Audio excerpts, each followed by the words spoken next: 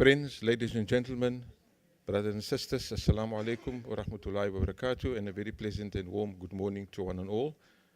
It is also my distinct pleasure to this morning, on behalf of Al-Ikhlas Academia Library, extend a very warm welcome to one and all here, as well as to those that have joined us on the Al-Ikhlas Academia Library YouTube channel. As we know, abundantly so, dare I say, that the narrative has always been controlled by the media, and one can best exemplify that today by looking at the liberation of Palestine. One can best exemplify that again by what has recently been thrown out there, particularly with regard to the Gazans or the Palestinians being accused of beheading babies. More so, one can look at the most prestigious medical journal in the world, The Lancet, did an intense research and unpacked the accusation that the figures of the people claimed by the Gazans that the Israelis have murdered is a false and an exaggerated one. And after a very deep-seated intense, they proved it beyond any shadow of doubt that there wasn't even an iota of exaggeration. It is also known that the Zionist media have always sought people in various ways and means to distort the truth to suit their agenda. It is no secret, therefore, that the power of the word, the impact it has, and the manipulation of Western-controlled media has always been employed to create and fabricate distorted version of the reality so as to continue to perpetuate the lies. So we are here this afternoon, this morning rather, to unpack this fallacy and to create a podium where we hopefully will arrive, or rather do a genesis of this phenomenon called the media controlling the narrative. And we're also looking at the possibility of unpacking and seeing exactly what it is that social media has done, could do, to find us in a more appreciable situation where more globally people are aware of what exactly is happening and what is the agenda of the Zionists and the likes of them. And perhaps, on a more home-based note, as I said last week, Academia Library is a NPO, no income stream whatsoever, and dare I say that we depend on the good-heartedness of philanthropists like your good selves to ensure that we are in a position to sustain the library and continue to produce programs of intellectual discourse, the likes of we had last week, and I'm sure going to experience this morning as well. So on your way out, I would very humbly and very passionately ask you to visit the Academia Library table and make a contribution either through cash or, as we nowadays do, zap out the card and make that contribution so much needed today. So now it is my pleasure to introduce our panelists for this morning. First up, Raisa Pether is a journalist with the works published in Al Jazeera, The Mail and Guardian, and Ground Up, amongst others. She's also a senior investigator for Open Secrets, a civil society organization. She completed her master's at the London School of Economics and Political Science with an award-winning thesis on justice for apartheid in the apartheid-era South Africa.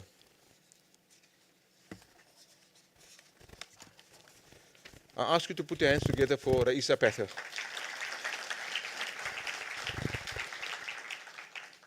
Next up, we have Professor Junaid Ahmed, who has a Juris Doctorate degree from the College of William and Mary in the US of A. He's also the director of the Center for Study of Islam and Decoloniality in Islamabad, Pakistan. He has been teaching law, religion, and global politics for over a decade in Pakistan, South Africa, Malaysia, Turkey, the United Kingdom, and the US of A as well. He does a wide array of consultancy on issues related to international law and international affairs. Junaid is also the founder and chair of the Palestine Solidarity Committee in Pakistan. Over the years, he has been associated with International Movement for a Just World, the Center for Islam and Global Affairs, as well as along many other various interfaith initiatives and groups working for peace and justice, including the Peace for Life and the United States-Pakistan Interreligious Coalition. Most recently, he has co-founded Just Ease, a global network advancing interfaith solidarity, militarism, and is also part of the Palestinian Solidarity Group, Movement for Liberation, and the Intifada. It is my pleasure to welcome the contribution of Professor Junaid Ahmed. That is going to be an online contribution. Our last contributor on this panel is none other than our local brother Khalid Wouda. He's a lifelong activist for Palestine in the cause of Islam and Muslims, worked for Palestinian charities both in South Africa and the United Kingdom, delivered numerous talks and presentations to Muslim schools, community radio stations, and television as well. Khalid is also a life coach specializing in personal development and has a dedicated parenting development program for fathers called Super Dad Network. He's one of the founding members of Social Intifada. Ladies and gentlemen, very fortuitously, we all, your hands for him as well. Ladies and gentlemen, fortuitously, we also have the privilege this morning of having a special guest who will address us for about 10 minutes at the end of the talks. He's none other than our visiting journalist, Mansour Showman, the Palestinian journalist who has been reporting out of Gaza almost since the 7th of October. These are our esteemed panelists for this morning.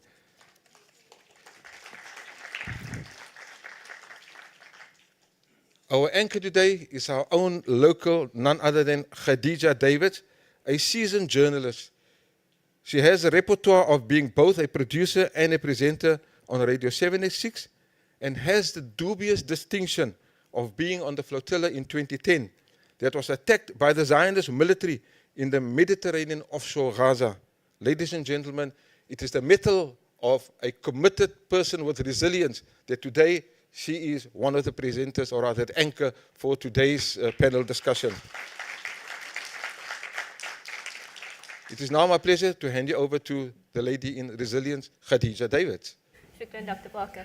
And shukran to everyone for joining us this morning and coming out. I know it's quite misty and you want to be in your beds, but shukran for coming out.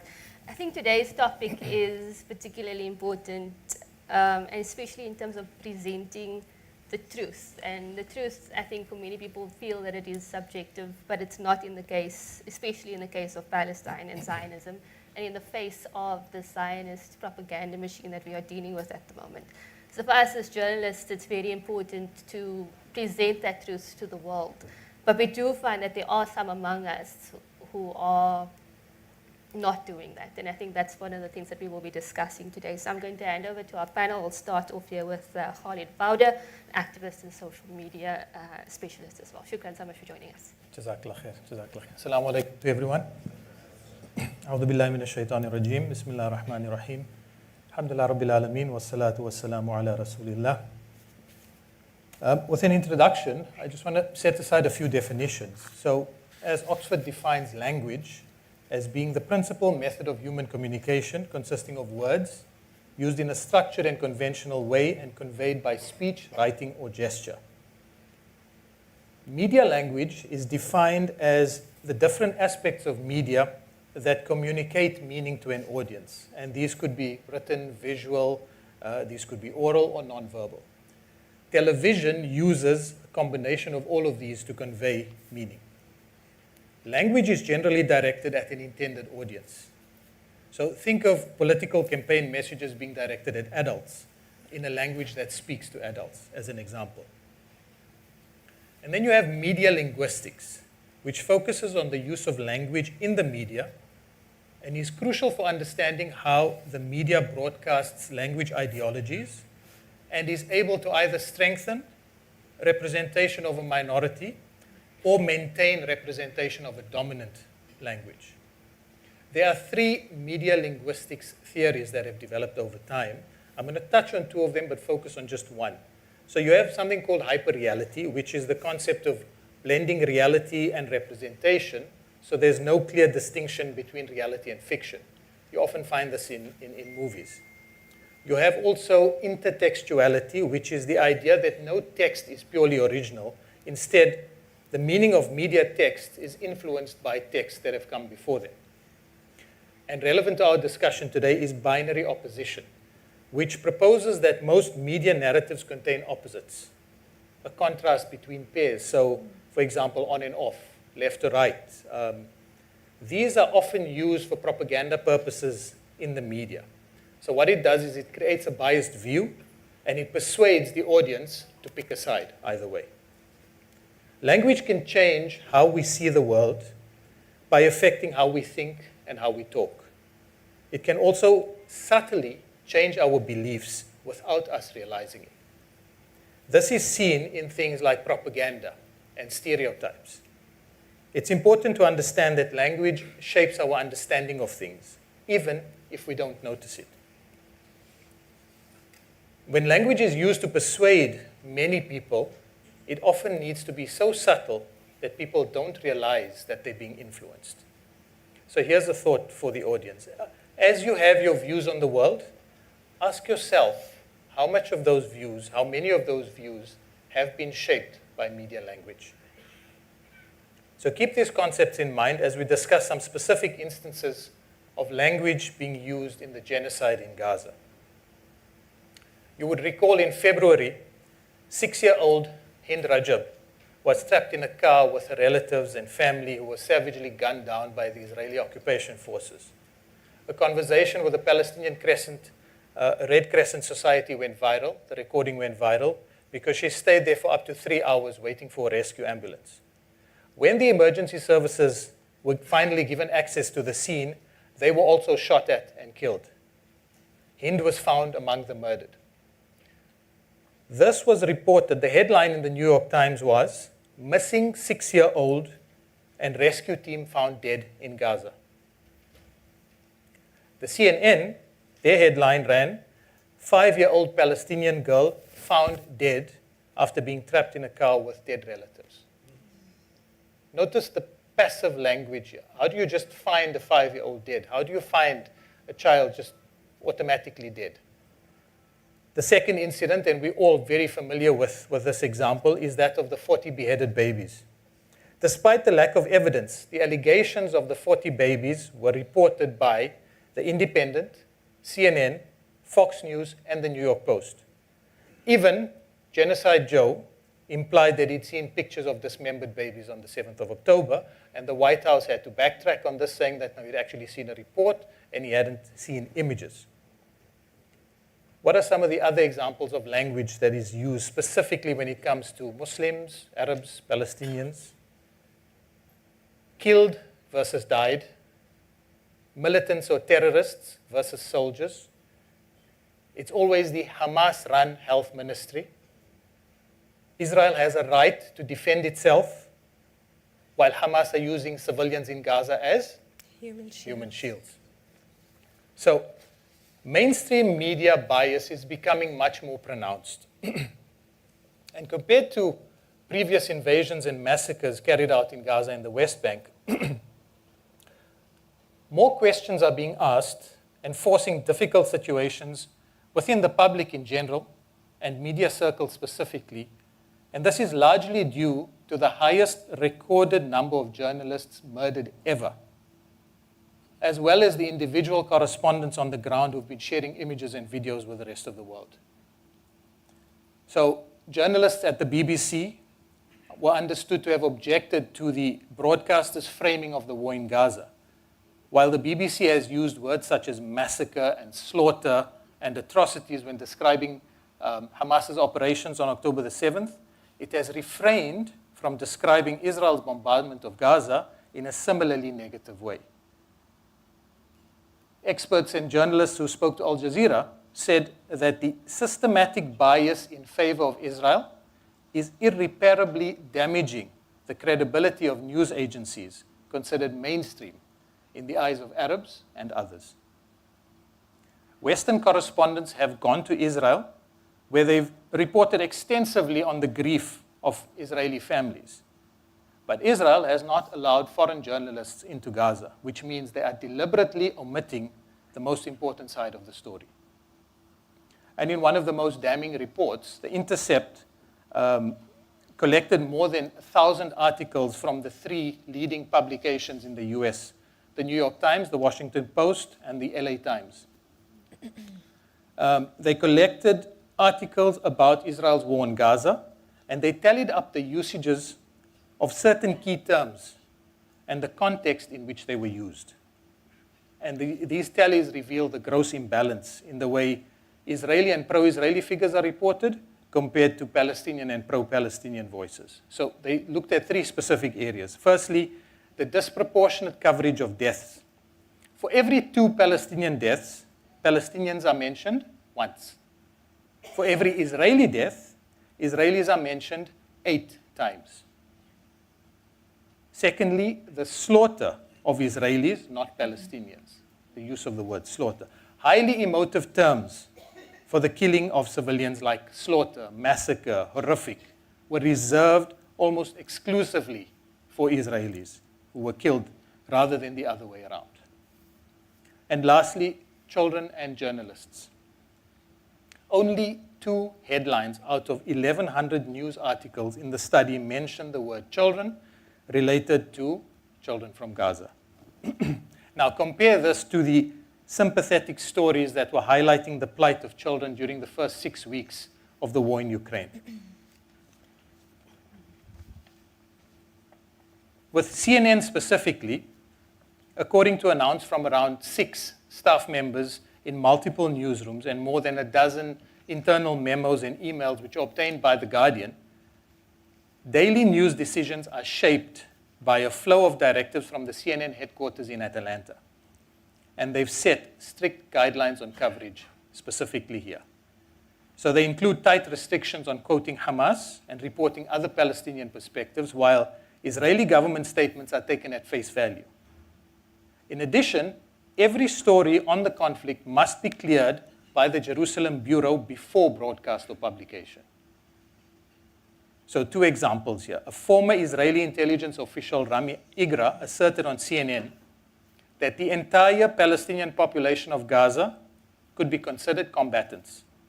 The statement was allowed to go unchallenged.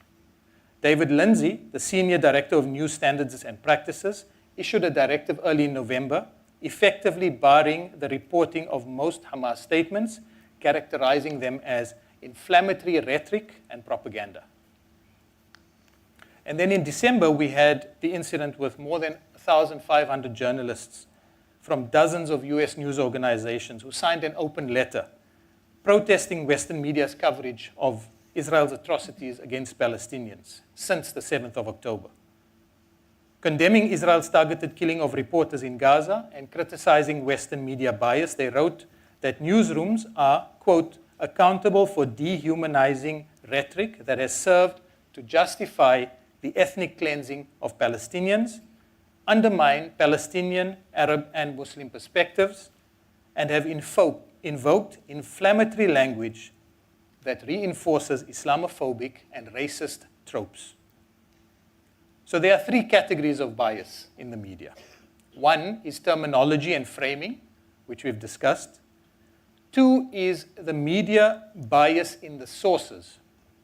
We often see representatives of Israel or their spokespeople or their military on mainstream media platforms telling us what had happened. This is taken at face value. It's not scrutinized. It's not questioned. No evidence is asked of them. And then lastly, there's something in the language. We see the pictures, we see the names, we see the suffering, the dreams, and the hopes of all the Israeli dead, which is fed to us through the mainstream media. At the same time, the casting of Palestinian victims is faceless and it's nameless. It's just numbers. So what are the reasons behind this? There's something behind this. That something is one word: dehumanization. Dehumanization. Dehumanization is language that suggests that people in a different group are not as human as you are. And when someone isn't seen as a full person and is consistently described in ways that suggest they aren't fully human, then it becomes easy to think that they don't deserve the same care, they don't deserve the same attention, they don't deserve the same entitlements as you. that they are morally inferior and even dangerous. Ironically, Western philosophy and law conclude and have told us that a person has the right to entitlements of someone who is understood to be fully human. They have a right not to be killed. They have a right to move about freely. They have a right not to be beaten, raped, or physically harmed. They have a right to participate in governance. They have a right to choose and own where they live. They have a right to get credit and paid for their work. And they have a right to freely express their thoughts and opinions and have them seriously considered. You'll be forgiven for the irony here, because the chief architects of this current genocide and their supporters were set up and founded to deny full personhood. That is the status of being a person. The United States with the Native Americans, Israel currently with the people of Palestine, and we know this all too well in South Africa, as it was done systematically during apartheid. Dehumanizing language distorts our perceptions and shows up in three common ways.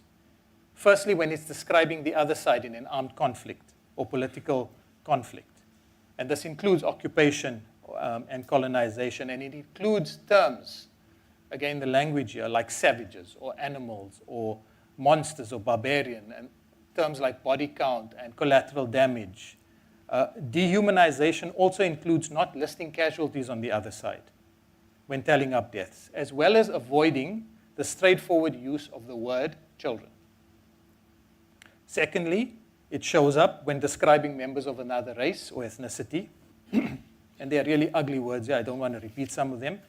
But it's using animal descriptions, gorilla, ape, monkey, cockroach, those types of things, alien and illegal. And lastly, when describing women, by reducing women to body parts. So in light of this, take a look at the perpetuating use of dehumanizing language, which is employed by the mainstream media, as well as groups and individuals who subscribe to this way of thinking, which actually translates into a belief, and that's how their actions follow through. While this is amplified through the genocide now, it has been a controlled exercise as far back as many of the audience can remember, I'm sure.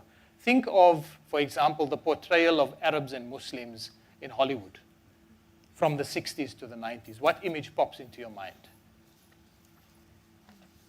Now, dehumanization has severe outcomes, in particular because it's often a precursor to violence and atrocities. Why? Because it lessens or removes empathy, and it discourages perspective taking, because the other aren't really a people, so their experiences are not so important. This process creates moral exclusion.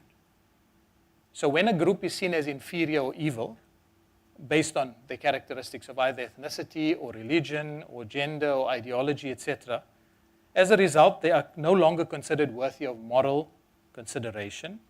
So this exclusion is the very heart of dehumanization.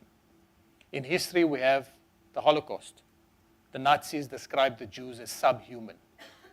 They printed books where they showed the Jews as rats. The Hutus in the genocide in Rwanda called the Tutsis cockroaches.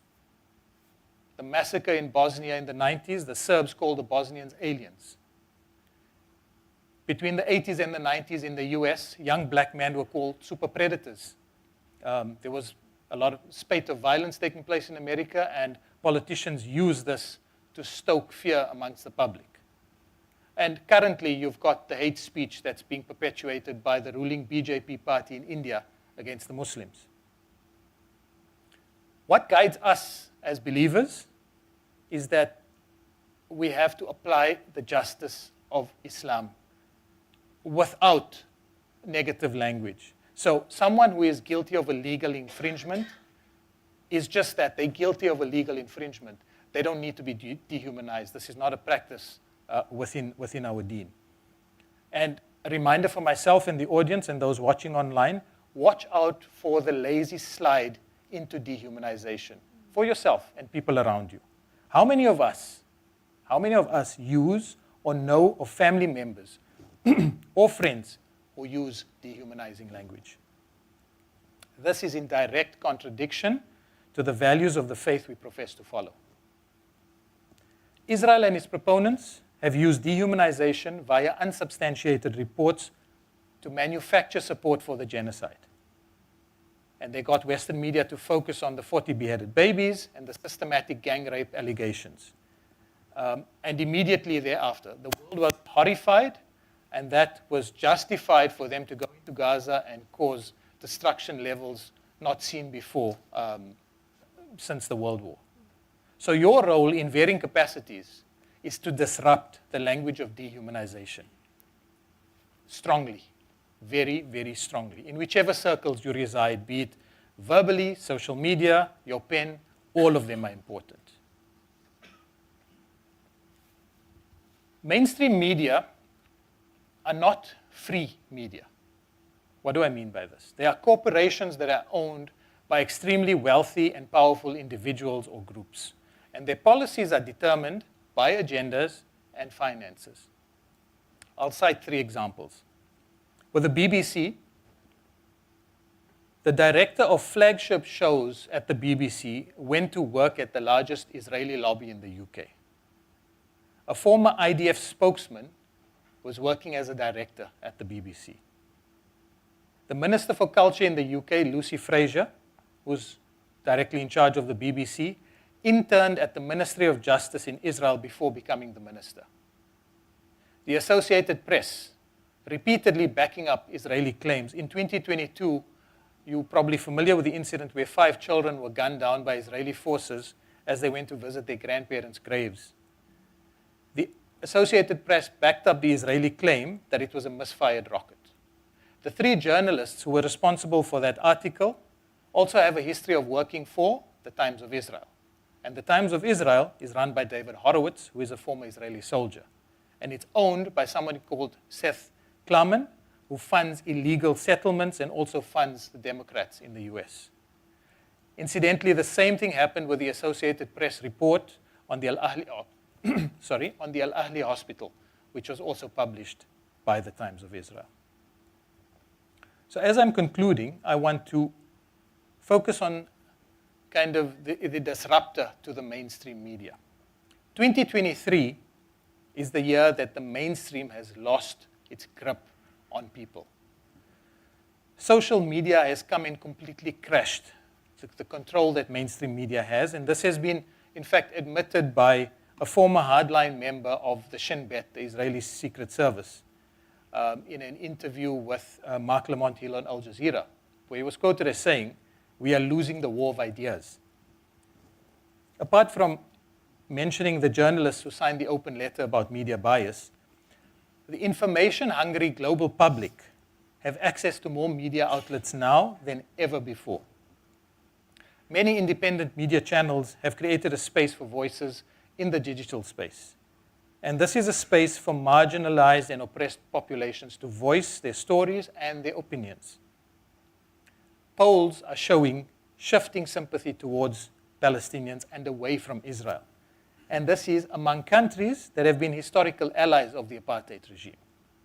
By and large, young people are being informed of the conflict through TikTok, Instagram, Twitter, and YouTube, while the older population are still getting their news primarily from mainstream media.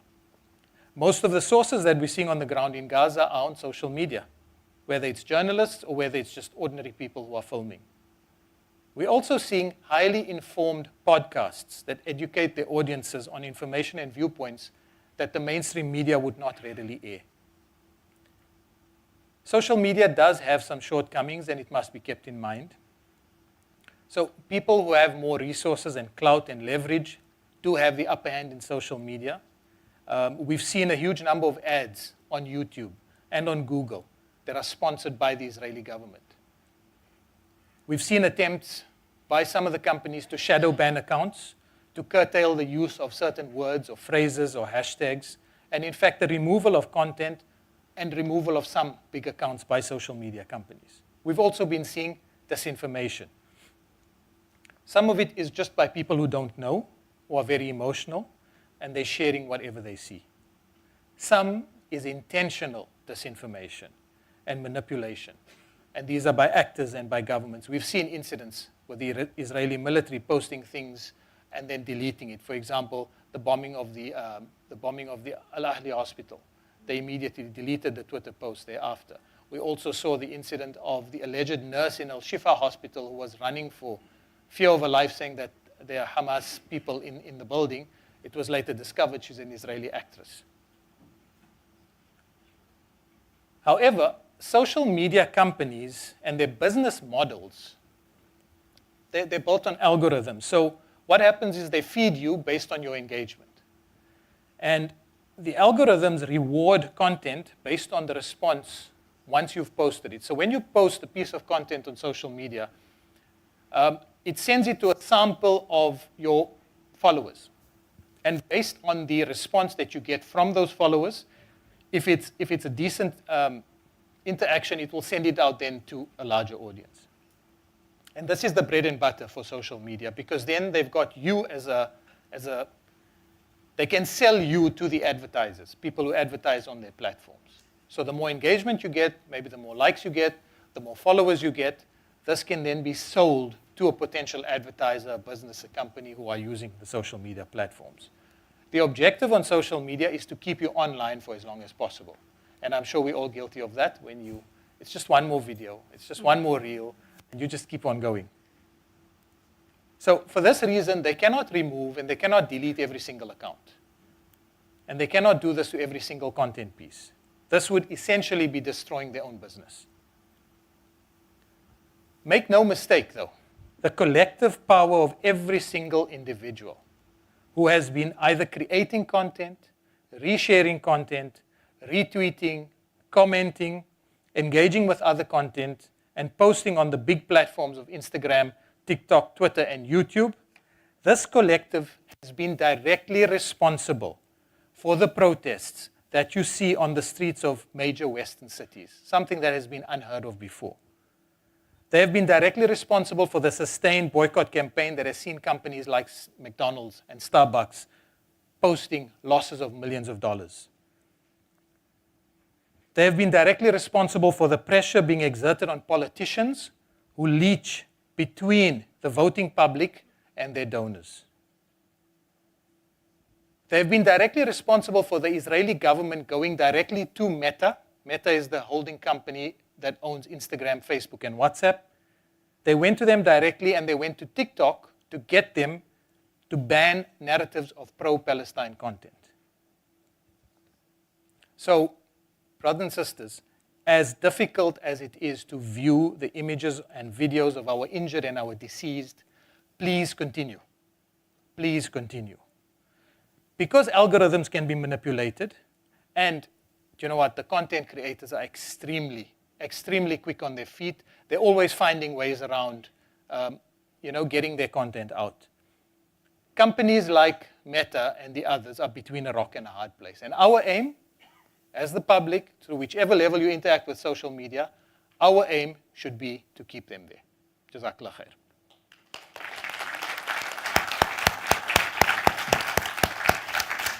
Shukran to Khalid Bauda. I was remiss. I was supposed to give you the house rules.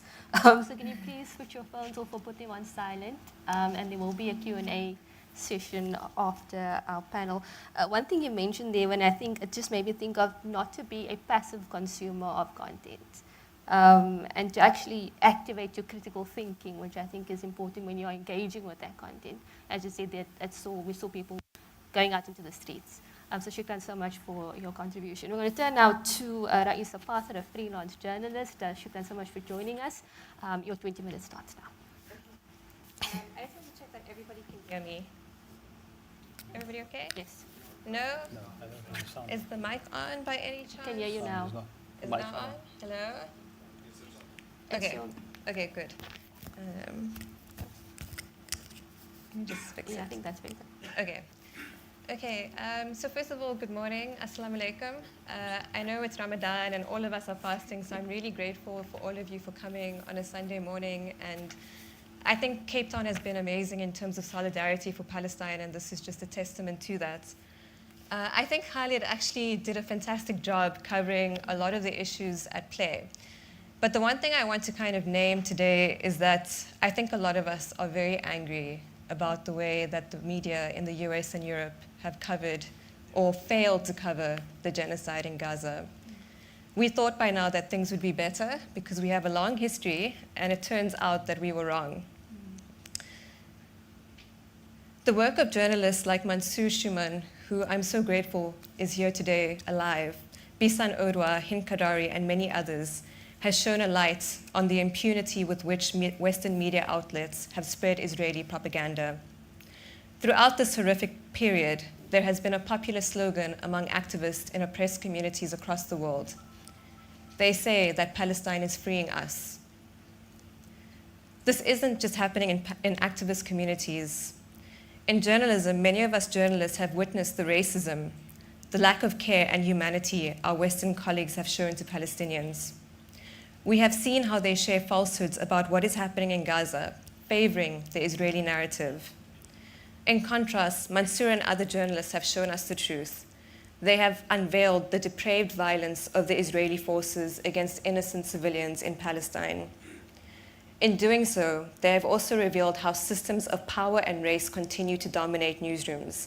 These are systems that oppressed us in South Africa under apartheid. Us conscientious journalists, have therefore been freed of any illusion of balance and objective reporting in mainstream media outlets. That even in the face of a genocide, the voices of the oppressed will be heard and honored. Instead, this is what it's been like if you've been following mainstream news outlets. If you read the New York Times, The Economist, or the BBC, amongst many others, you may find yourself living in an alternative reality.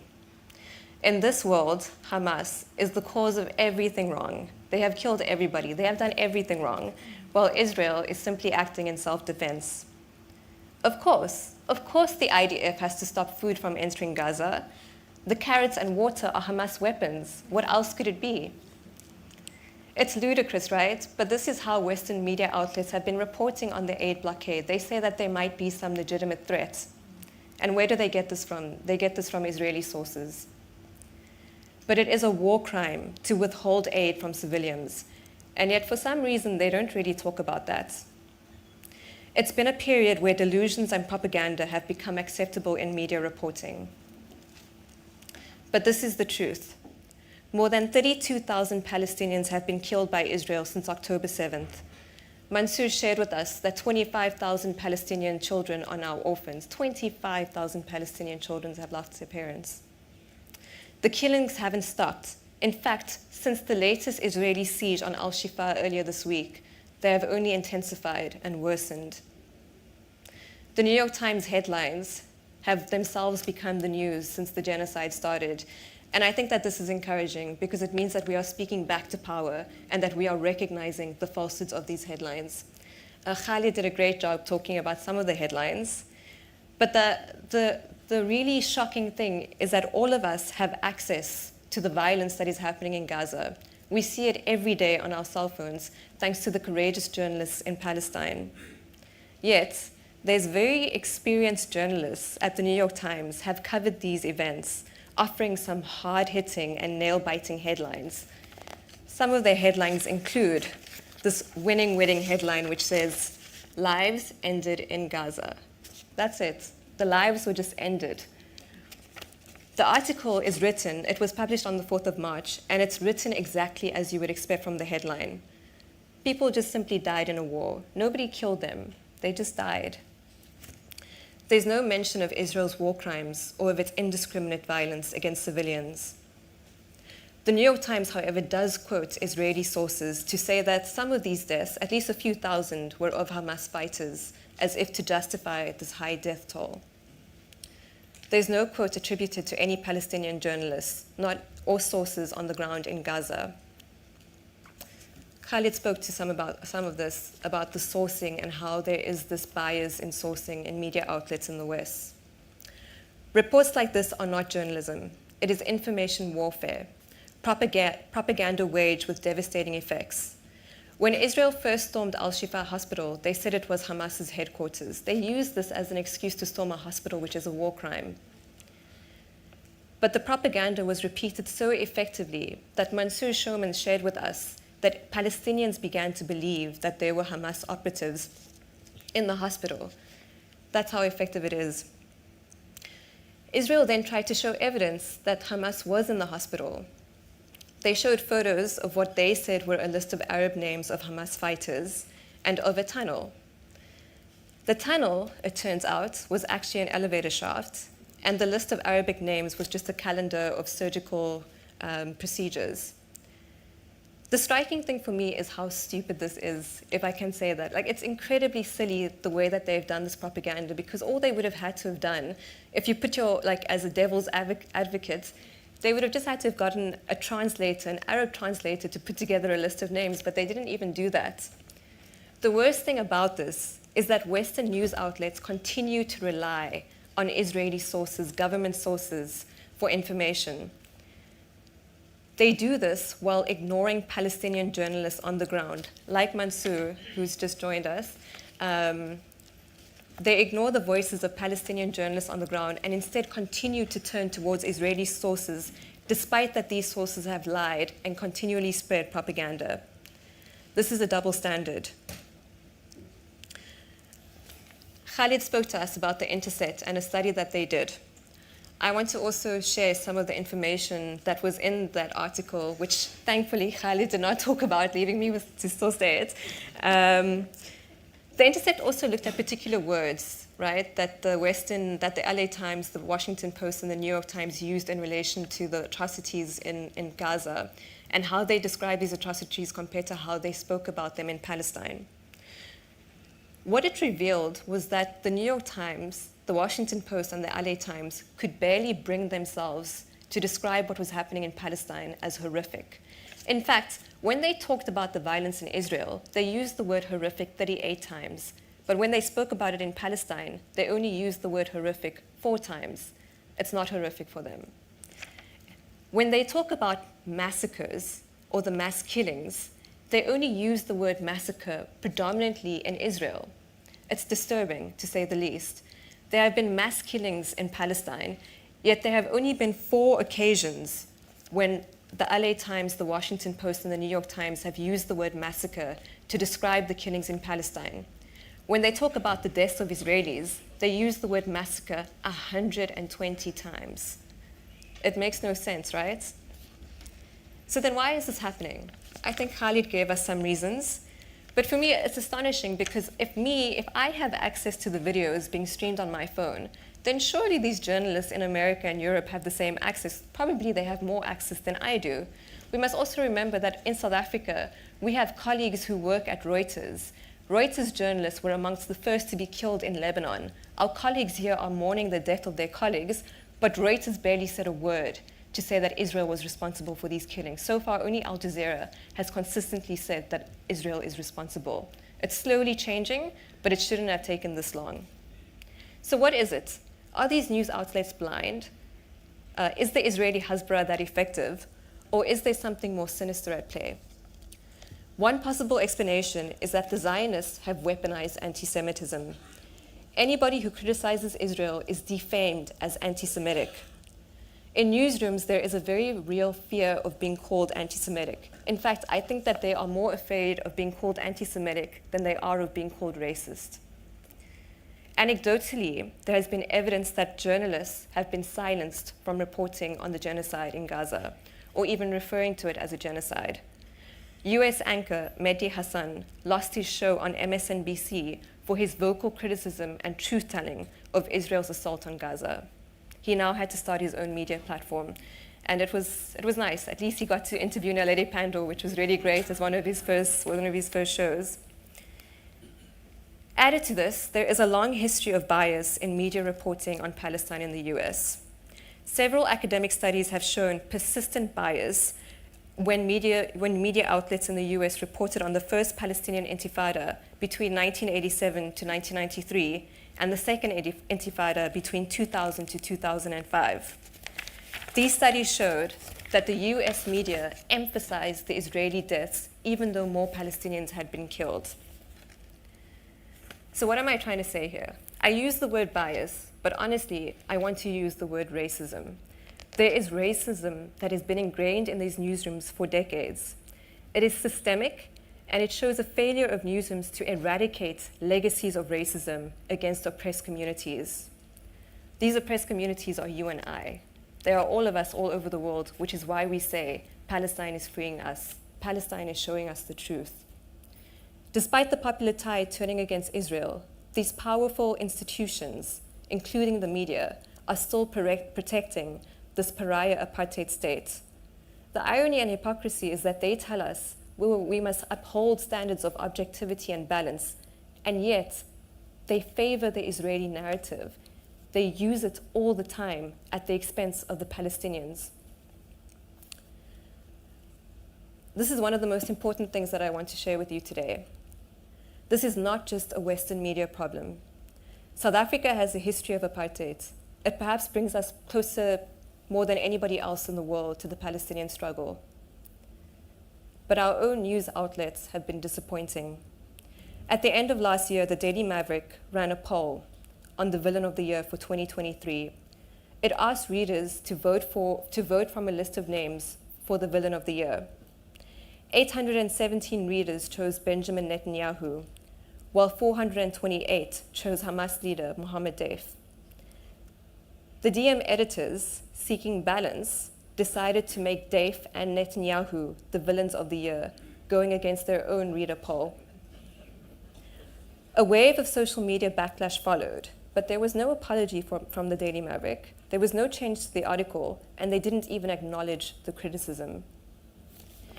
Most recently, as I'm sure many of you will know, Metro FM, a radio station owned by the SABC, planned to host an Israeli woman who says that she survived the attack by Hamas on October 7th. Infuriatingly, they planned to do this interview on Human Rights Day on Thursday. There were no voices from Palestine scheduled on the lineup.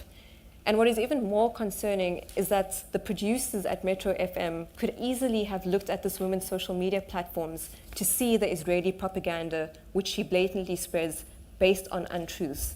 Why would you platform somebody who's going to lie? That is not responsible journalism. Thankfully, as a result of the social media backlash, the interview was cancelled. However, this incident shows that Western media narratives still hold influence in our newsrooms, whether it be when newsrooms who try to find balance or newsrooms who platform Israelis. We still have a lot of work to do, but Palestine is freeing us. There were numerous opportunities for media outlets to learn from our history. We could have learned from Rwanda, where news outlets incited hatred against Tutsis, calling them cockroaches. We could have learned, Hello? We could have learned from Rwanda, where news outlets incited hatred against the Tutsis, calling them cockroaches.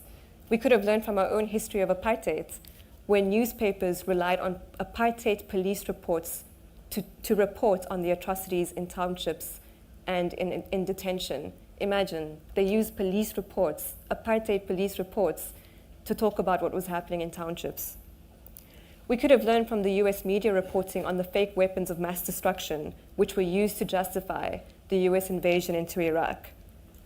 But we haven't, and it means that mainstream news is a very long way of fulfilling their duty to report in the public interest. For some reason, newsrooms are very hesitant to refer to Israel as an apartheid state. It makes no sense. In every other atrocity in the world, newsrooms refer to the UN as a guide on how to talk about war, on how to describe war crimes. Since 2007, UN experts have referred to Israel as an apartheid state. Just less than 6 months ago, the UN Special Rapporteur on the occupied Palestinian territories referred to Israel as a settler colonial occupation and apartheid regime, and said that the UN member states needed to develop a plan to end this regime. If the UN can call Israel a settler occupation, a settler colonial occupation and apartheid regime, then why are journalists not calling Israel out for what it is? Why do we discriminate when the UN calls Israel this, but we don't discriminate when the UN makes references to the Taliban or other organizations? This is racism. Palestinians have a right to self-determination. They have a right to life.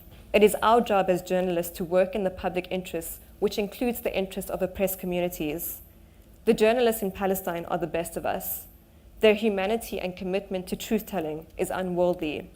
They are freedom-loving people, and as freedom-loving journalists, we are them, and they are us. It is time for all mainstream media outlets to follow the example of our colleagues in Gaza. Thank you.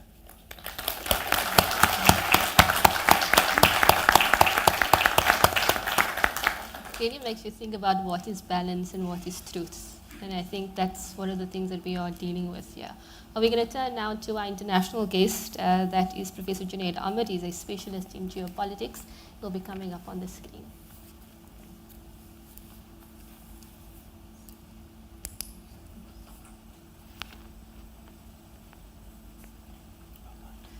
Professor Junaid Ahmed, shukran so much for joining us. You may go ahead. Bismillah ar-Rahman ar-Rahim. Assalamu alaikum, and thank you very much for having me. Thanks to the host, the organizers, and thank you very much to my fellow panelists who gave excellent presentations and have left me with little to say, which is fine with me, because Suhoor is going to be in a little bit, and I'm trying to keep my voice from going too dry. But yeah, no, it's these, what I've been seeing, even the previous seminar held, these are incredibly important. And it's an important time, obviously during Ramadan, to reflect on perhaps the moral issue of our time, certainly in my lifetime, the genocide in Gaza.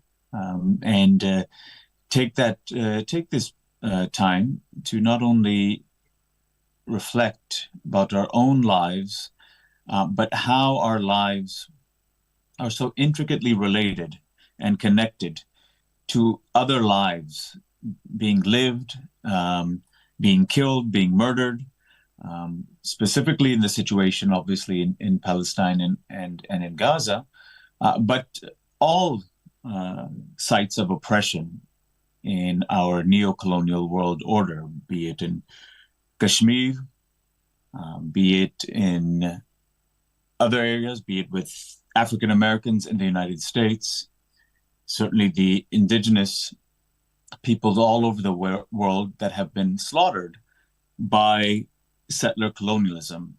And it's pretty obvious today that Israel, the Zionist entity, is in fact one of the last clearest markers of what this neo-colonial world order, the colonial world order, has been and tends to remain in that framework of neo-colonialism. And I think that the figure of the Palestinian is a reminder, is something that haunts the collective West, just like in some ways the figure of the Muslim. The figure of these personification of global cruelty, global oppression, and the ongoing necessity and struggle for liberation, regardless of the context. But what's going on in Gaza and in Palestine, and what has been going on, of course, this is the most extreme form of it, is that haunting reminder that this is not the world order, world system that countries like the United States like to describe as one in which democracy is being promoted, human rights are being promoted, women's rights are being promoted. In fact, it's the utter opposite. And in some ways, this genocide has revealed once again the utter hypocrisy of this language coming out from the West, in some ways, which I think the ideological foundations became increasingly unsettled certainly after 9/11, the invasion of Afghanistan and Iraq, the pictures of Abu Ghraib and Guantanamo Bay, while, of course, many in the global South knew about the viciousness and treachery of U.S. imperialism long before 9/11, there's still the United States and the collective West was still able to preserve some level of superiority, false though it may be, but some level of moral superiority vis-a-vis the rest of the world. During the Cold War, of course, it got away with this by constantly pointing out the lack of freedoms, political and civil liberties, the authoritarianism, in fact, totalitarianism of the Soviet Union and the Soviet satellites.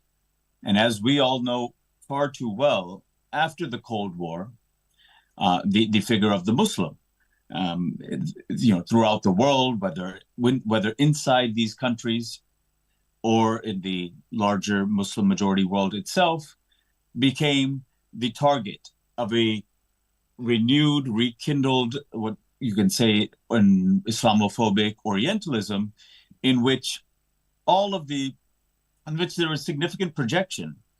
All of the crimes and forms of oppression and cruelty that the collective West itself was enacting throughout the world was projected onto the backward, the violent, the misogynist Muslim. And now we see during this entire genocidal saga how these things have been projected onto the Palestinians, especially the ones in Gaza, which of course brings us back to that media narrative. I used to study these things extensively in the past, especially after engaging the works of Chomsky and his propaganda model and so on. Lately, I think I've just seen too much of this to even take it seriously anymore. And the one good thing during this entire genocidal rampage by the Zionist state is that many people, particularly we're talking about liberals, who in the past just relied on their uncritical blind support of Israel as the only democracy, as this only civilized country in the region, have been forced to now be somewhat critical of that state. Whereas in the past, they never were forced to, and nor were they critical of the Zionist state. This time, as one of the books of our friend Norman Finkelstein in the past, this time we have gone too far. This time, the Zionist movement in Palestine has perhaps gone too far. The numbers of people killed, of dispossessed folks, and especially the number of not Hamas fighters, but babies and women killed, is far too high for even these folks who have relied on deceit and deception to manipulate their readers, their audiences.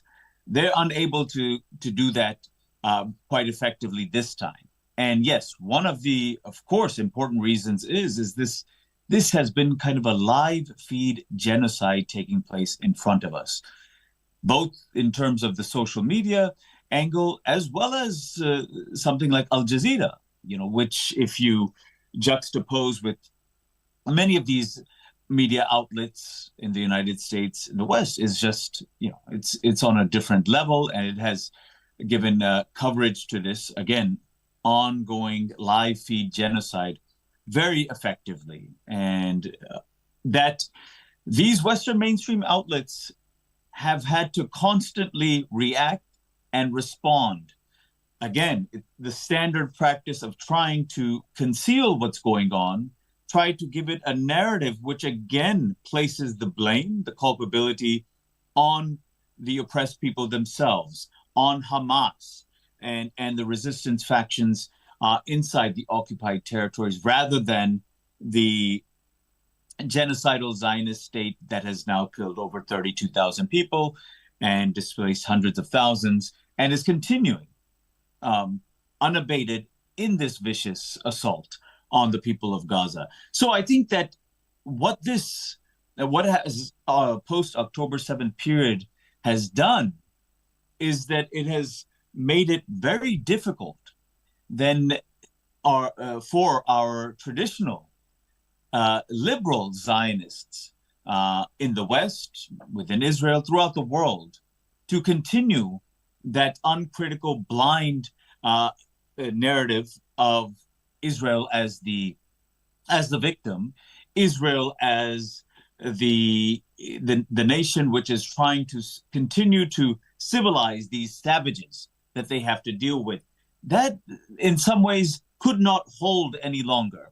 And of course, it's not like the New York Times and Washington Post all of a sudden discovered the scandal of what Israel, the settler colony of Israel, is in the modern world. It's the fact that it's been pressure from below, from movements, even within the United States, where the political class, maybe 95% or more in Washington, D.C., has tried to maintain this position that everything is the fault of Hamas, and the Israelis are simply exercising the right to defend themselves. So where 90% of that, including of Biden's Democratic Party leadership, while the base of the Democratic Party, which, I would have never guessed in my lifetime, is clearly the majority of the popular base of the Democratic Party has consistently, since October 7th, wanted an immediate ceasefire. So that gap and that gulf has been massive from the beginning. And this is why you have seen the outpouring of demonstrations and rallies throughout the United States, much larger than we've ever seen before, of Palestine solidarity movements, groups, rallies, demonstrations, which of course has then taken on its expression within the independent media, alternative media, and of course social media, which in turn has pressured the New York Times, the Washington Post, CNN, MSNBC. Well, not enough to keep Mehdi Hassan's show still there, but it has been placing pressure on these outlets that if they want to remain even remotely relevant in this entire situation, they have to seem like they're offering somewhat balanced coverage of what's going on. And you see these in all of the media narratives that my two panelists have pointed to, whether it is the issue of, right from the beginning, the beheading of babies. First, this was emphasized so much, and later on, the mass systematic rapes, but they thought they could get away with this. This slowly collapsed that narrative. Once again, not in November, but in December, the narrative about Hamas's mass systematic rape campaign, that was then revived again, precisely at the moment where the political, diplomatic ability of Israel and its Western supporters, especially the United States, was collapsing. Once again, this story is brought out to remind folks that these are the people we're dealing with, these savages, etc. And this was again first pushed really heavily in the New York Times, but then thankfully very scathingly refuted and demolished by independent media, not just the Intercept, but even before that, the Electronic Intifada, our friends at the Gray Zone, and so much so that it had to then percolate to the New York Times itself, and they kind of had to stop this narrative, not necessarily admit of a mea culpa that we messed up, but just kind of let it die down because it could no longer hold water. So there's narratives like that the New York Times and these mainstream establishment or legacy corporate media have always relied upon over the decades to place Israel on this pedestal as the shining light amidst this region of barbarism. And of course, that has always been that has always entailed this huge kind of element of Orientalism, of Islamophobia, all the old tropes being recycled again and again and again. And so the attempt has been there. Obviously, it continues in this context to portray, especially Hamas, as being responsible, not just what obviously happened in Israel on October 7th, but all of this, the genocidal mass murder conducted by the Zionist state, is all because of Hamas. And one would have thought, because of this constant this constant narrative shoved down our throats that, it may have trickled down to many people in the region, Arabs, Muslims, and the Palestinians themselves, that they may have somewhat bought into this narrative that, wow, look, we have suffered so much since October 7th and so on. But no, that you do not hear that narrative. In fact, I was just speaking to a friend in Gaza who, I even myself thought that, are there kind of internal criticisms that, wow, we wish this didn't happen because we're suffering so much? And not really. They obviously, and Hamas wants the extermination campaign, the war to end now. But of course, Hamas has said, we are ready as fighters if you want to fight us, which is why the videos that Hamas releases, it's not about the resistance factions targeting civilians. It is always about targeting the military presence of Israel in the occupied territories. And one of the things that I found really powerful that my friend said is that, Hamas and the resistance does not protect the people of Gaza, but it's the people of Gaza that protect the resistance. And I think that that's an incredibly powerful way of putting it. And what seems to be becoming increasingly clear is that Western, the independent alternative media, I think, is there, but the even mainstream media has had to shift its own narratives on these things, and you all will probably notice how there is a concerted attempt now to place the blame on this character of Netanyahu, to scapegoat Netanyahu for all of this, including now American politicians.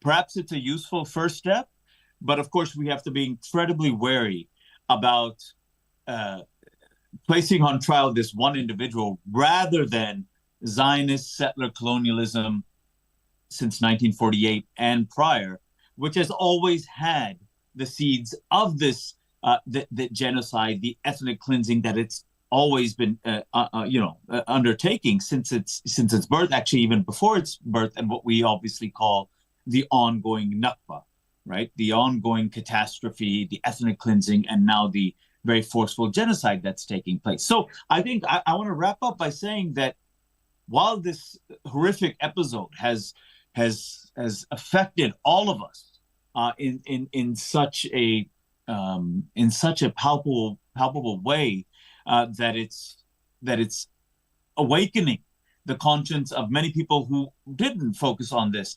That is there on the one hand, but on the other hand, what's equally happening is the ability of all of us that have been mobilizing, speaking out, not just now, but for a very long time on this issue, to finally get our voices heard, not just in independent and alternative media, but even in the mainstream media, which has now its backs against the wall for the type of corrupt and completely one-sided narrative it has historically given on this matter. So I think these are signs of hope for us involved in the resistance to dominate the political culture of the collective West and also their propagandistic media.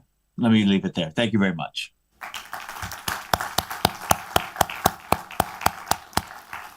Thanks there to Professor Junaid Ahmed, a specialist, of course, in geopolitics. And that comment you made there about Benjamin Netanyahu being this figurehead, I think Benjamin Netanyahu is just one head on this hydra that is the Zionist entity that is occupying Palestine at the moment.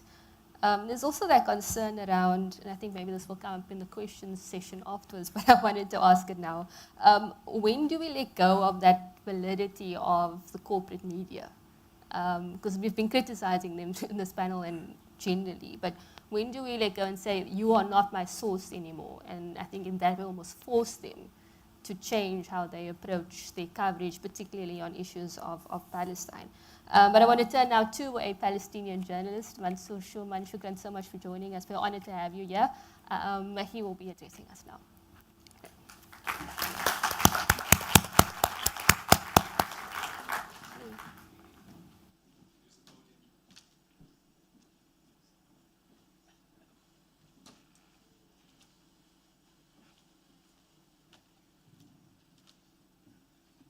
Assalamu alaikum wa rahmatullah. Ramadan Mubarak. It's an honor to be here in Cape Town in South Africa.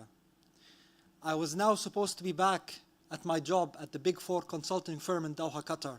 But when I knew about this event and the pledge line with Al Hilal, I decided to postpone and remain one more day here in Cape Town. I'm really, really happy to be here.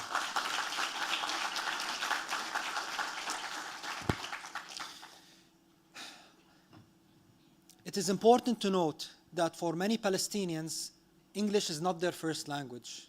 Hence, when some of us use the word war, they do not mean that it is not a genocide. It is definitely a genocide. When you are talking about what happened on October the 7th, where a few hundred of the Israelis were killed, 200 were kidnapped, and you look at the numbers now on the Palestinian side, you are talking about every day over 100 Palestinians being killed and thousands that have been injured.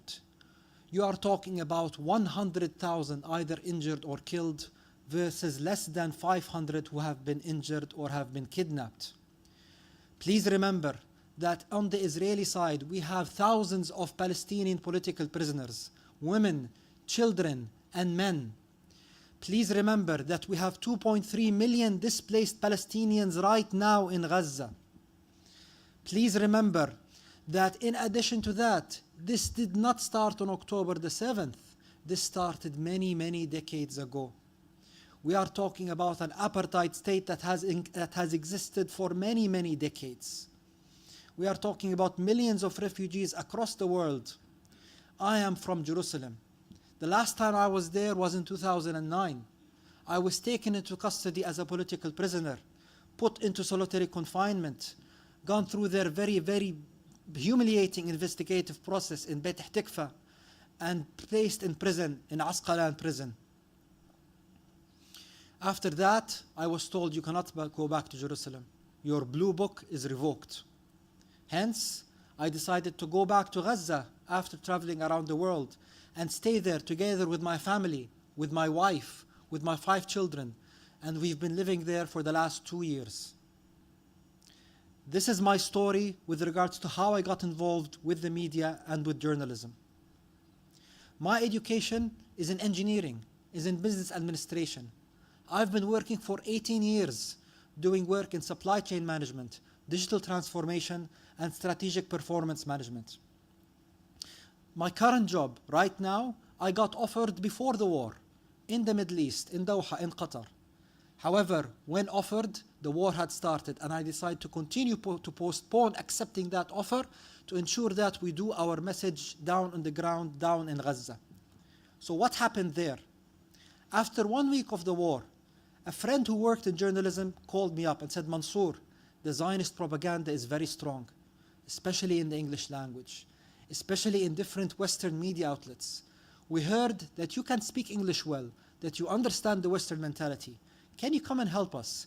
We need you to do a couple of interviews for 1 day at Nasser Hospital and then go back to your family. I said, for sure, it's my duty, it's my responsibility. However, little did I know that that was the start of me being physically away from my family for many, many months to come. Because when you start working in journalism in Gaza right now, you are immediately a target, especially in the English language, especially when you talk about things that the Zionist forces do not want the rest of the world to listen to. So yes, everything comes with a sacrifice, and I was happy to pay that sacrifice.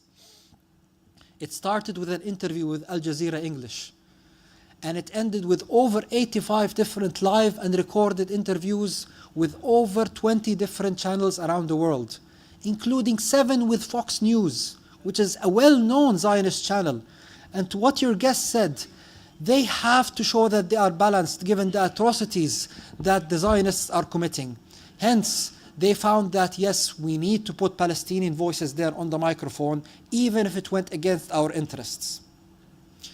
After being on television, radio station, different digital online media platforms, I was told, Mansour, you are missing out. You should do a better job. I told them, how come? My schedule is full from the morning to the night. They said, Mansour, you need to be on social media. I'm like, really? Yes, on TikTok, on Instagram, on X, on YouTube. I'm like, TikTok and Instagram? Isn't that where they dance and they play music and they waste time? I mean, that was my initial thought that came. They said, Mansour, you don't understand. The demographic that have been twerking are now shouting, free Palestine, free Palestine. You need to be there right now. And they showed me videos of myself on different TV stations that they had clipped and put there with over 1 million views each. I was shocked. I was shocked. And alhamdulillah, I had volunteers helping me from all around the world set up different accounts and help guide me on best practices and lessons learned to ensure that we spread the message in the right way. We did not stop our work on TV, but we continued doing in parallel work on social media. And alhamdulillah, they both have grown on relative scale. After that, a lot of people asked about donations. Mansour, we are donating money to different international charities, but our money is not getting there, or the goods are stuck behind the Rafah border. I was like, okay, but that's not my field. I'm an engineer, I'm a consultant, I'm now a citizen journalist. Like, yes, but you're on the ground and you need to find a way to help us. The whole world wants to help and we cannot find a way. So given that I spent there 2 years, I had a lot of contact with different local organizations from the north to the south. And we slowly started to organize ourselves. And we set up a supply chain to ensure that different donations from around the world reach the people of Gaza. And we were able to support hundreds of projects and hundreds of thousands of people through providing cash, water, food, shelter, clothes, mattresses, medications, and logistics support wherever we can. We also help build field hospitals, we built tent cities, and many more.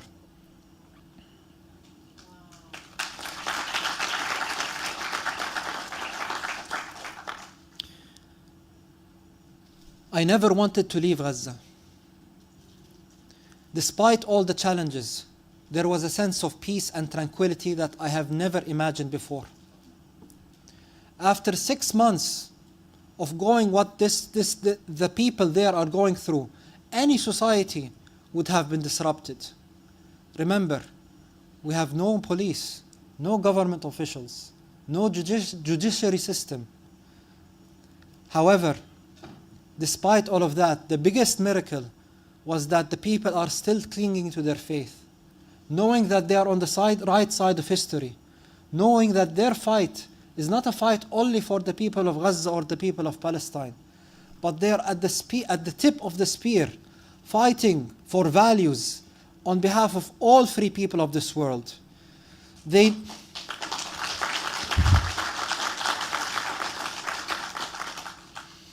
They know that with your support, they are changing history. And through journalism, through social media, through doing what you are doing right now, this would not be possible to change the narrative. My name is Mansour Shuman, and I look forward to your questions and answers.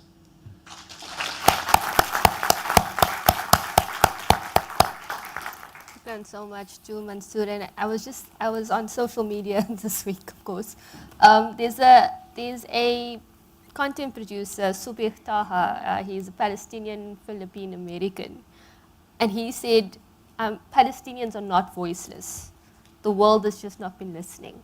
And I think finally now, and through voices like Mansour's and many others, people are finally taking recognition of that and amplifying. I think it's our duty as journalists as well to amplify that voice. You're not voiceless, you have a voice. And of course, agency as well. So we're going to open up the floor to questions. We'll take 3 at a time, so we can get hands. 1, 2, and 3 over there. No mics? No mics. Can I get you to stand up? Okay, we'll start with number 1. That's you. Sorry. Okay.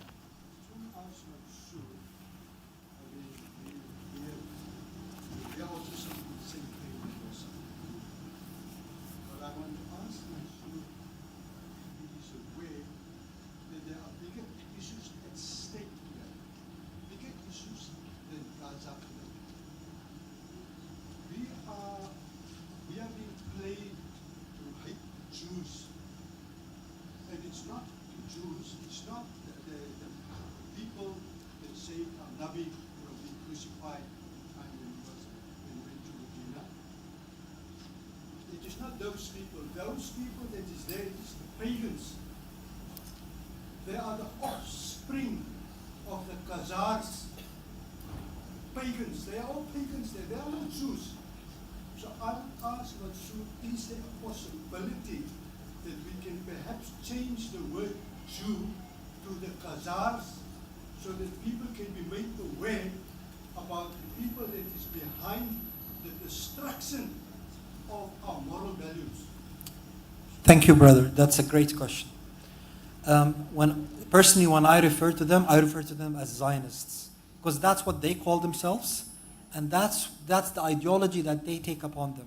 And one of the most important things I ask people to do is to educate ourselves on the history of the Palestinian-Israeli conflict, about what Zionism is and about what Islam is all about. Because if you understand what Zionism stands for and what their goals are, what their ideology are, then it will make sense the illogical actions that they are performing, the illogical speeches that they are talking about.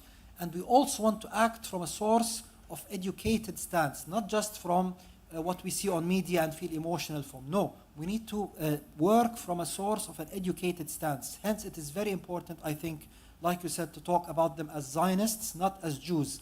For many centuries, Jews, Christians, and Muslims lived together in peace in the Jerusalem quarters, in different Arab and Muslim lands. Whenever Jews were persecuted in Europe, where did they seek refuge? In Muslim lands.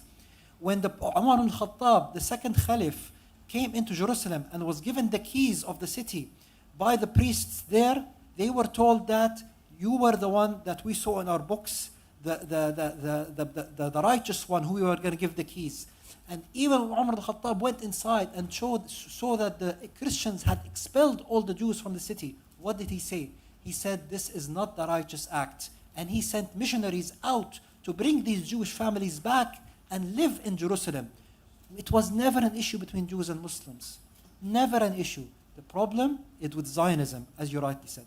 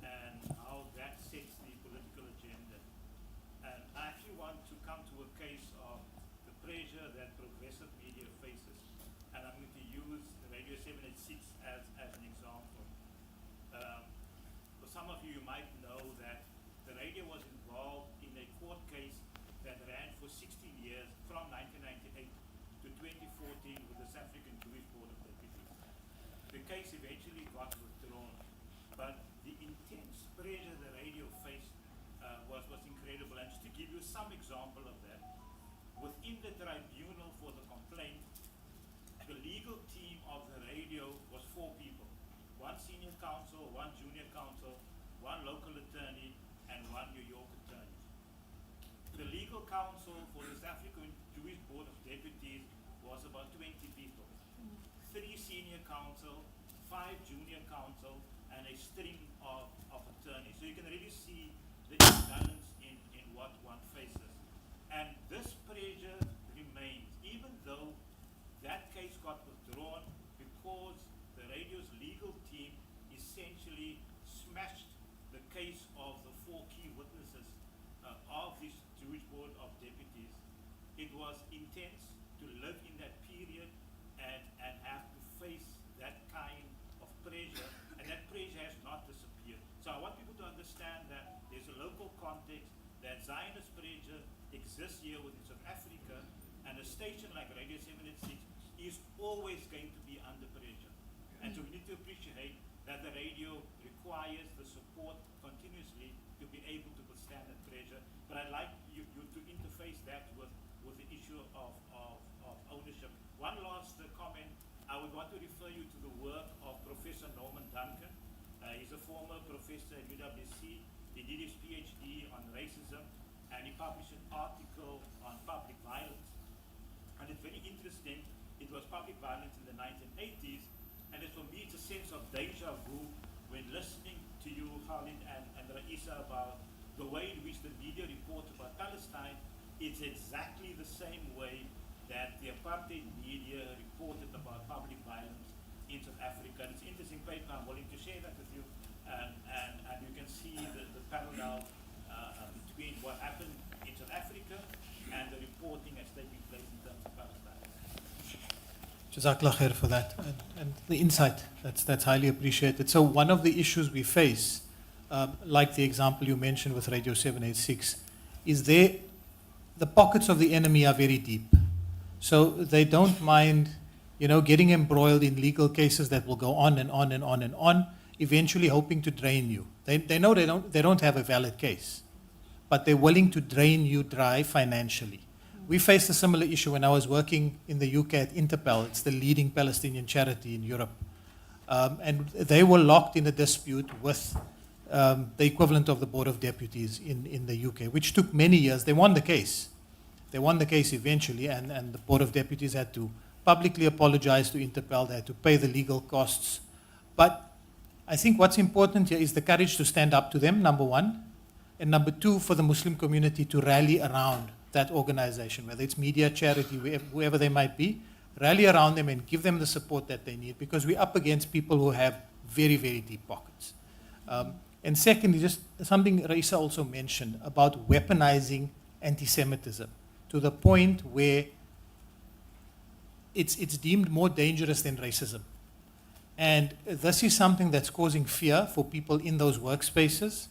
It's something that's causing fear for people even who are outside of the workspaces, not just in media, because you can easily lose your job. You can easily become defamed through social media. It's very easy to just rip somebody's character apart. It takes a few posts, and things have gone viral without verification. So they have the means to do this. They have the means. They have a system whereby they employ youth. Those who don't serve in the military are part of the Hasbara, in that they sit on their devices and they sit on laptops and just push propaganda out all the time. So we need to be smart, and we need to not be reactive as a Muslim community, but let's rather be proactive. How can we make use of these platforms to be able to get our narrative out? Just shukran so much for that. Just a reminder, Dr. Junaid Ahmed is online, I think, still with not. Is he still with us? He is? Okay, so if you want to Yes. ask him a question, Yeah, he's also yeah. here. Okay, number 3 is over there. There's a mic coming to you.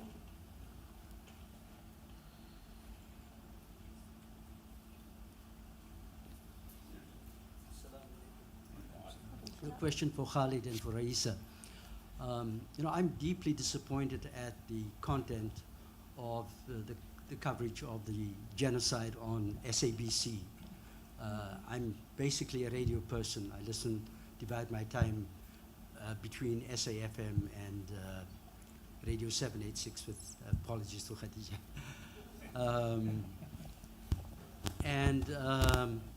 I would have thought that a country like ours, given our history, would have given this genocidal campaign much more coverage on a daily basis. And why it doesn't happen is a bit of a mystery to me. I spent a good part of last year in Canada, which, as you know, has a very pro-Israel stance on many issues. And yet, they had more coverage on CBC radio in the morning programs than we have on SAFM here. So my question is, what kind of leverage do we have insofar as getting to know who produces the news at SABC, who determines the content?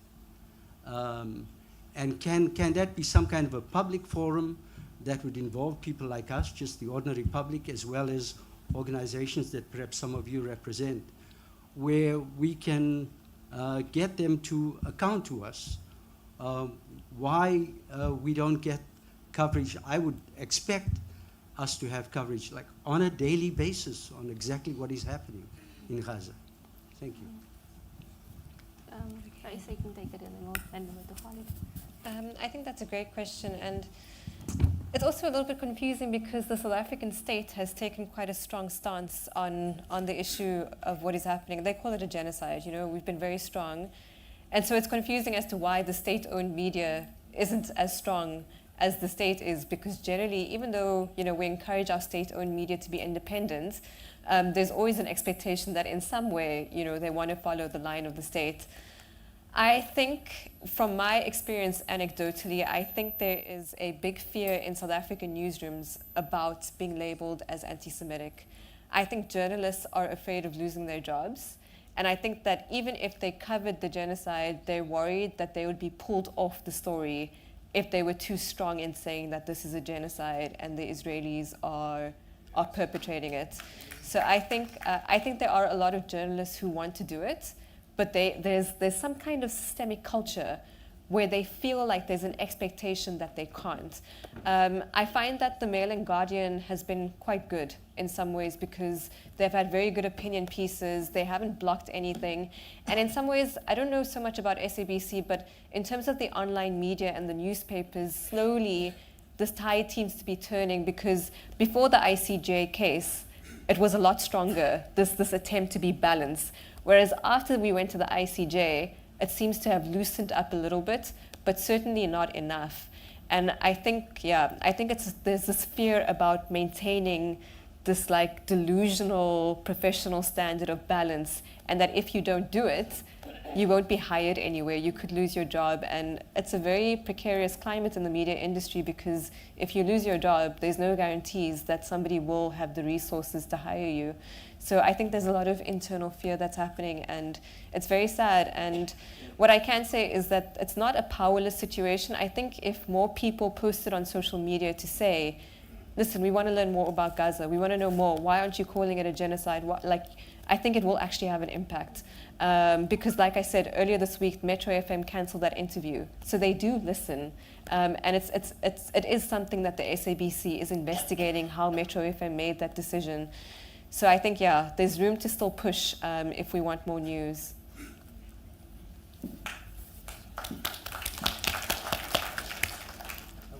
I would just add to that. We all expected, post the ICJ case, that the Zionist handlers are going to be hard at work behind the scenes. So this is something we need to be wary of. Whoever has investigative skills, research skills, you don't have to be employed by a media organization. Look at the hierarchies within the media organizations, who the people are in key decision-making positions. Like we spoke about what happened at the BBC, for example, or at Associated Press. They probably place people over time in certain key positions to be able to push a certain narrative or to instill a climate of fear. So if people can, in your time, if this is something you can do and put this out on social media, because now the challenge is, and Khadija was speaking about this earlier, the challenge for mainstream media is how do they remain relevant? Because virtually almost all the younger generation are getting their news from social media. Not any one of them are listening to mainstream media or even going to mainstream media sources. So you're finding mainstream media having to produce content for social media as well. And if it's not up to the standard or the channels that the youth follow, it's just going to be pushed aside. So they face that challenge as well, and they need to be reminded of that. Mansoor only has 5 minutes left with us, so if there are any questions for him, okay, in the green fence over there. And one, okay. Can we keep our questions short, please, because he has to leave. Just to clarify, the reason I have to leave is because there's a live pledge line for fundraising to raise donations towards Gaza, and I had started with them at 10 and it ends at 2. So I just have to be there in the studio.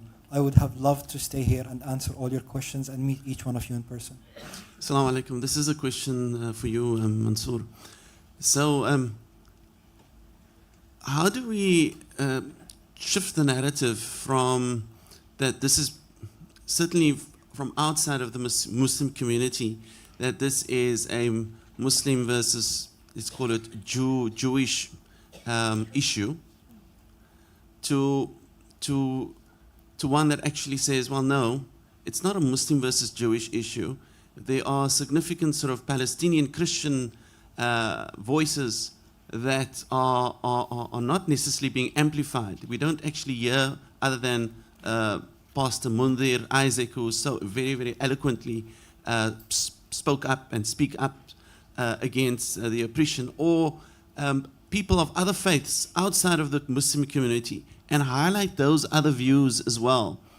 We need to really get those other views across to show that it's more than just the Muslim community. Thank you for your question. I think, you know, the responsibility lies on both the Muslims and the Jews. And you can see that from the Jewish community around the world, a lot of groups are coming out in solidarity with the Palestinian cause, publicly, right? Even the rabbis, even those who are the real Jews, right? They are talking about how this is not a battle between Islam and Judaism, but a battle between Muslims and Zionists. And Zionists have not only infiltrated the Muslim world, but they've also infiltrated different levels of society in countries across the globe. I'm going to answer your question, but before that, I just want to talk a little bit about South Africa and my fears for, especially after them going to the ICJ. And given that we are talking to a group of intellectuals here, inshallah, you are going to be able to change the mindset of people and also be prepared for what's coming. I fear for South Africa. I fear for South Africa. Zionists are now targeting South Africa through different means. There are elections up and coming. They are extremely important, and they are preparing for it. Their strategy is always to divide and conquer. Their strategy is always to try to infiltrate and finance different people, to try to make sure that you are not united. There is an ayah in the Quran, وَاعْتَصِمُوا بِحَبْلِ اللَّهِ جَمِيعًا وَلَا تَفَرَّقُوا, that all you who believe, make sure that you all unite together and do not be separated. So my advice to the people of South Africa is to be careful about what is being seen through the news that is being controlled by Zionists, not only in South Africa, but across the world. They have their hands on different news outlets, especially those that are nationalized, like the SABC. And make sure that you work as groups, as communities, with your leaders, with your elders, with those who you trust, to ensure that South Africa continues to remain on the path that it's at right now. Yes, the current people right now, they have a lot of issues, I'm sure. But please, please, South Africa, we cannot lose you. We cannot lose you. You have been right there at the head for Palestine for the last many months. You have been the light in this world of darkness. Please continue your focus there. Back to your question, Akhi. The problem that we have as Muslims or as people, freedom-loving people, is that we don't have very strong Muslim TV network platforms to reach out to the people out there.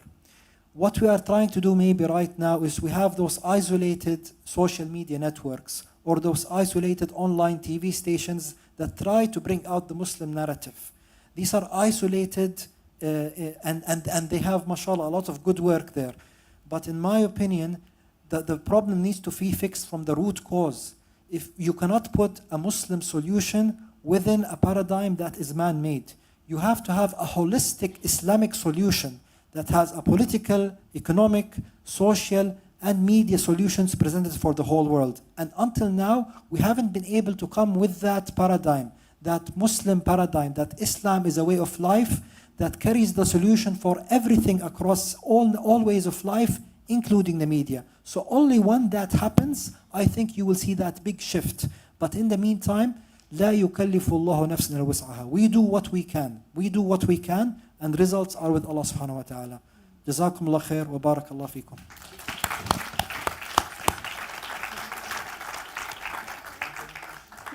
We have one more question.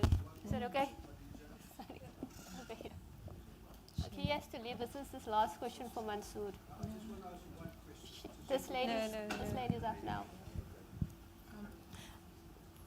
Assalamu alaikum wa rahmatullahi wa barakatuh. Firstly, I would like to say, may Allah subhanahu wa ta'ala grant you Jannat al-Firdaus and all the other journalists in Gaza who are faced with whatever they are faced, but they continue telling the story on the ground.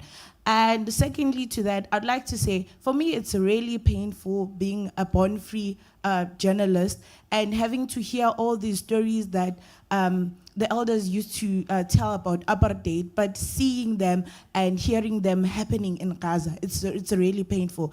And last but not least, there has been a debate going on, and I feel like it has been dividing us as South Africans from the real core issue, which is the formation of a two-state or a one-state moving forward. So I'd kindly like to ask you, what are your thoughts and feelings about it? Shukran. Thank you very much, sister. I think we need to take things step by step. Before talking about a one-state, two-state solution, let's focusing on a permanent ceasefire right now. Let's focus on opening the borders. Let's focus on ensuring that aid reaches our brothers and sisters in the north. Let's ensure that, that the Israeli forces, the Zionist forces, go back out of our land in Gaza. And let's ensure that thousands of our political prisoners leave prison as soon as possible. What you are talking about, inshallah, is next step. But I think the focus should be right now on ensuring that the immediate actions happen right now. And yes, it is very sad to see the state of apartheid in Palestine. And remember, it is not only in Gaza, but also it is in Jerusalem, where I'm from, in the West Bank. There are over 300 different checkpoints. They have divided us into ghettos. The situation in the West Bank is also very dire because, unfortunately, we have people speaking our tongues and having our nationalities also working against us, either directly or indirectly. So it's a very complicated situation, sister. And one more thing. Yes, 30 years ago, you have been freed from apartheid. But sister, I can still see apartheid occurring in South Africa right now. Even economical... So you are still on your journey there. Please continue to enlighten us. We look forward to the lessons learned from the South African lesson. Thank you very much for your time. Thank you, Brother Mansoor. Shuman, of course, a journalist joining us from Gaza, having experienced untold atrocities in the enclave. Brother Shabadin?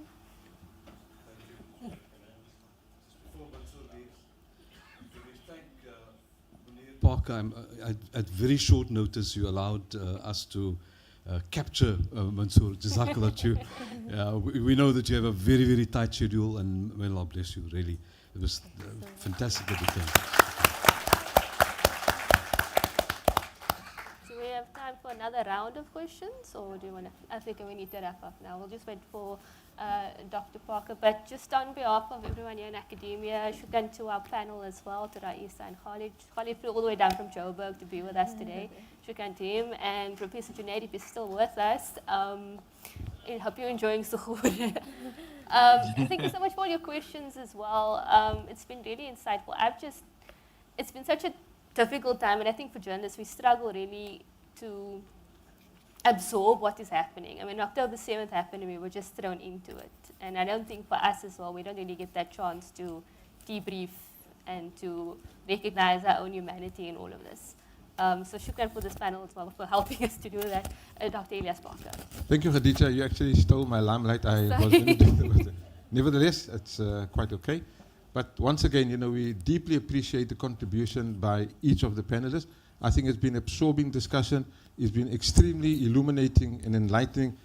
And I ask myself the question, have we been empowered enough to dissect the narrative as it's presented to us and be able to distinguish between fact and fiction? Because only then have we been placed ourselves in a position to make a meaningful difference in our way forward in managing the understanding of these narratives as they are thrust upon us. Then I've got two contributions to make. And maybe particularly to the ones that remain behind, Professor Pather and Khalid here. I accept the fear factor that Professor Pather mentioned. However, I ask myself the following. We in South Africa have what's called the Editors Forum. We have a Journalist Forum. So would it have benefited, or rather would it have adversely affected any one of them if as a collective unit they would have made at least one statement protesting against the genocidal killing, more particularly against the butchering of their counterparts in Gaza, the journalists that have been killed? And I think that to me is a bit mind-boggling, while I accept the understanding about the fear factor, because those are realities that we contend with. And then one last contribution to my brother Khalid Bauda here. I accept, that we've got a long way to understand and completely manipulate social media to such an extent that we can make that gigantic stride towards changing the narrative, or rather the course of the narrative.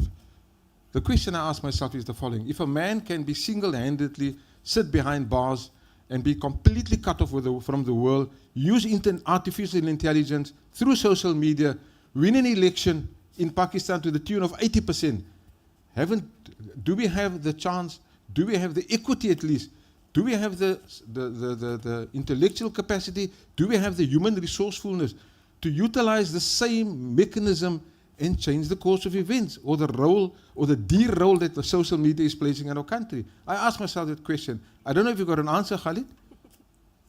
No, I don't. That's a reflective question. Pardon? I think that's something for everyone to reflect on. But the facilities are available. The facilities and the technology is available. It's a matter of who's going to seize it. We have some really sharp minds within the Muslim Ummah. For example, when the Israeli ministry systems went offline, they were hacked by Muslim youngsters from Algeria. Yeah. So we have the capacity. Maybe we need to, again, speaking to the question earlier, let's get resources in to help in these types of situations. So all social media fundis out there, let's galvanize the support. I think it's by time that we need to wrest control from the Zionists, particularly in shaping the global narrative, as far as the Palestinian Zionist situation is concerned. Thank you. I now have the great pleasure to call upon our librarian, Rehana, to hand, as a small token of appreciation for taking off your time and effort to be here, a little gift from Academia Library. Rehana, can...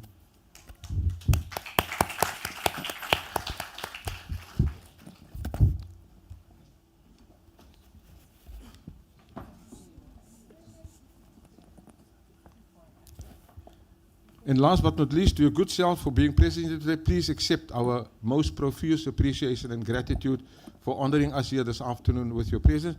Please remember, this is not the end. There's a very important topic that we are discussing next week on Sunday. The last one, and I think it maybe will round off in a very cohesive way what we've tried to do from a thematic perspective here for the last 2 weeks and next week. So on Sunday, the 31st of March, again, at 11 a.m., unfolding scenarios for Palestine in the quest for justice and peace. The very important overriding question that we are asking ourselves, is there a solution in sight? Is there a unitary state we're talking about, or is there a separatist state we're talking about? Two-state, one-state solution, or no state solution? We need to unpack the realities. We need to unpack the geological perspective, the historical perspective. We need to understand where we're coming from, where we need to go to answer that question. However, to understand that, be here next week on Sunday. From the Academia Library to your good selves, our viewers on Academia Library YouTube channel, accept our profuse appreciation. Have a very blissfully rest of the Ramadan. Easy way home. Jazakallah. Wassalamu alaikum wa rahmatullahi wa barakatuh.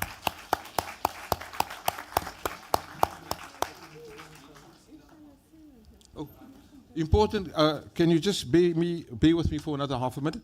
So our speakers next week, a formidable panel that we managed to compose together. Professor Ilan Pape, a world-renowned anti-Zionist proponent, a Jewish proponent, writer, Ambassador Ibrahim Rasool, and then we've got our own Sheikh Riyad Walsh, a person that's done intense research into the Intifada. Jazakallah once again.